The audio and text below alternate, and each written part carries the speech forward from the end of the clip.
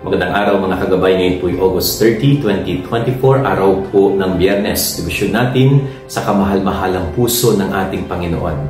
Napakaganda po ng paalala ng Panginoon sa bawat isa sa atin. Ang paghahari ng Diyos, ang pagdating ng Panginoon ay hindi po natin nalalaman kung kailan darating. Kaya isang paalala na patuloy tayong maging handa.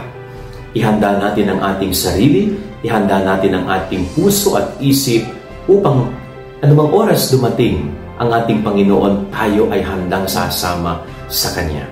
Meaning to say, hindi dapat natin sinasayang ang bawat minuto, oras, araw na dumadaan sa ating buhay, kundi ginagamit natin ang lahat ng ito para maihanda ang ating sarili.